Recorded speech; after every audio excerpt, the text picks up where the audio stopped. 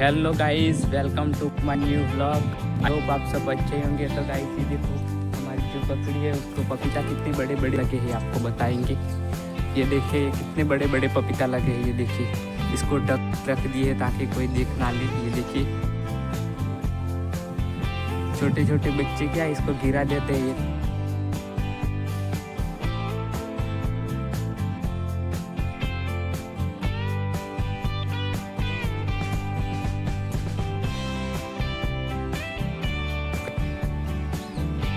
तो ગાઈઝ આ કાકડો જે આપણે વાગડી મૂકીએ એટલો ફંતું નથી આવ્યા, એકદમ હવાદારનો મેઠો ધડાક આવે તો આજે આપણે પાછી એટલા કરી આપણે એની હાસવીને રાખવાનો તાકી જે નેસે કરી નહીં જઈ। તો ગાઈઝ આપણે જો આ પપીતાની